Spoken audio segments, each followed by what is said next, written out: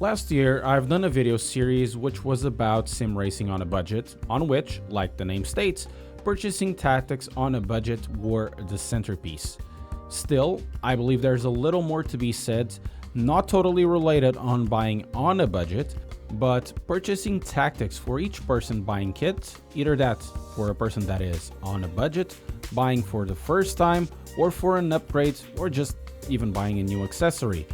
As someone that has had quite a bit of kit over the years, I might be able to chime in by giving a few opinions that might prove to be useful for newcomers and sim racers looking to do an upgrade alike. So today's video is about purchasing tactics to maximize your bang for the buck. To do just that, there are a few tactics that I've been using to point towards the next purchase and narrow down potential equipment choices. First of all is, what is the objective? This question makes a huge difference in terms of having the right mentality when approaching the sim racing market. Essentially, asking this question first will steer the purchase to just a few pieces of equipment. If an answer is getting into sim racing, then it would be a good idea not to spend too much on equipment, as a lot of newcomers into the hobby simply get bored of it or do not get as hooked up into it as they expected.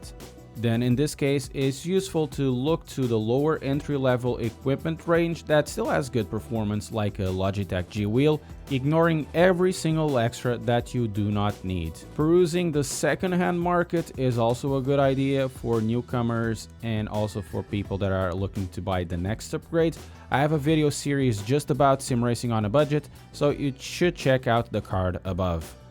If the objective is to do an upgrade, like many of us do all the time, buying equipment to get a little bit extra performance or features and getting one or multiple pieces of equipment that might be quite an expense, then budgeting is something important but oftentimes forgotten. Budgeting in sim racing can be hard. Sometimes it feels like buying a new car, where the entry point seems okay for a reasonable trim with a reasonable equipment level, but after a while and messing about with the customizer, the price goes up and a quarter of the cost is just optional features like South American alpaca leather seats, color-coded trims, rice heater, and 19-inch wheels on a Dacia Sandero. Sim racing works exactly in the same way, as first of all it relates to cars, then the toys are pretty, and gosh darn, the wheelbase took half of the budget.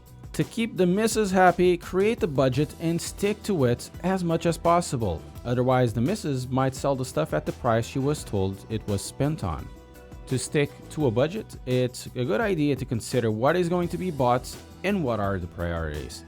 If the budget is small, but the purchase list is extensive, like oftentimes it is, there will be a need to prioritize, and here's a simple way to do so.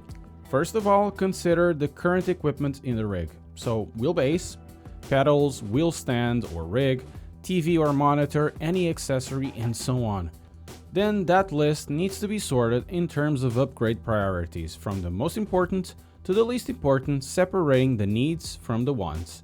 As the list is sliced down, one thing that can help out is asking what can be kept from the current setup. Of course, if there is such a thing as a current setup. If some things can be kept, they might as well be removed from the purchase list, opening up a possibility of getting better equipment or simply saving money. So prioritize based on the equipment that is really needed and on the features that are needed. If you are new to sim racing, prioritize a wheel with force feedback that comes with a decent pedal set. Pedals are very likely the most important piece of equipment in sim racing. A decent set of pedals will always give more to driving than any change of wheels, as long as the wheel is like a 900 degree with force feedback. Likewise, if it's about an upgrade, it's worthwhile considering upgrading the wheel later and the pedals first, going into a route that adds load cell to the pedal set. Same logic applies to any other piece of equipment like cockpits or wheel stands if that's your budget. Oftentimes, doing an upgrade can be a little difficult. There are what can be considered multiple ladders in the sim racing market, the bottom being like something like a €90 Ori, and then the top will be like the direct drive wheel in a 6 degrees of movement rig. In this case, a few things need to be considered if you're doing an upgrade. What are the features you want to have? What is the equipment you currently have? And if it's worthwhile to make a bigger jump to save some cash in the long run. Make sure that the current setup can accommodate the new pieces of equipment that are going to be bought. There's no point getting a direct drive wheel if it's going to be on a basic wheel stand or desk. Likewise, there's no point to get an 80/20 aluminum chassis if it's going to host a G29. So think about the features that you need, and if some of the features make sense in a bigger picture, that is the current equipment. One thing that is worthwhile mentioning is that if you're looking for performance, the law of diminishing returns hits very soon in sim racing. Anything above a G29 and a set of entry load cells will see a real plateau. So there's no point spending a lot of money and expecting a lot of difference time-wise in your laps. Some features do help in terms of certain adjustments like interchangeable rims having more buttons, but these generally only add to immersion or quality of life in sim racing, but in terms of outright performance, it's not something that can be expected unless there's something really wrong with the current setup.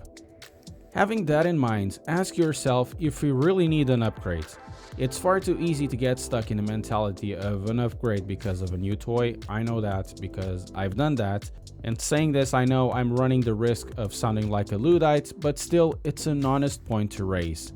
So, long story short, and summing up this video in just a few lines of dialogue, consider the objective of buying the sim racing kit. Compare it to your budget, what is the current setup, the priorities, and the features you do really need. From that point onwards, it's basically comparing what is on your list to what the market offers. Sim racing follows a lot of cues from the car markets, so it will have the same pitfalls. You really need to be aware of this hobby. It's a money sink if it's not always in check.